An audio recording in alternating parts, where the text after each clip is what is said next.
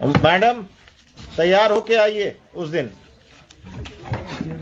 5-5 लाख सबसे हम दिलवाएंगे इनको, घर तोड़ने का मुआवजा पर्सनल पॉकेट से।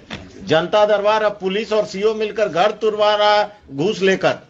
हुजूर इसमें काउंटर आप किधर से आ गए? इसी केस में ड्राइवर जी। हाँ, किसके तरफ से काउंटर देने वाले हैं शैलेश जी? आप एसएचओ का आज हो गया है, वो आ गया एसएचओ का, अब सप्लीमेंट्री देना है और सबका बारात लेकर आइएगा आप।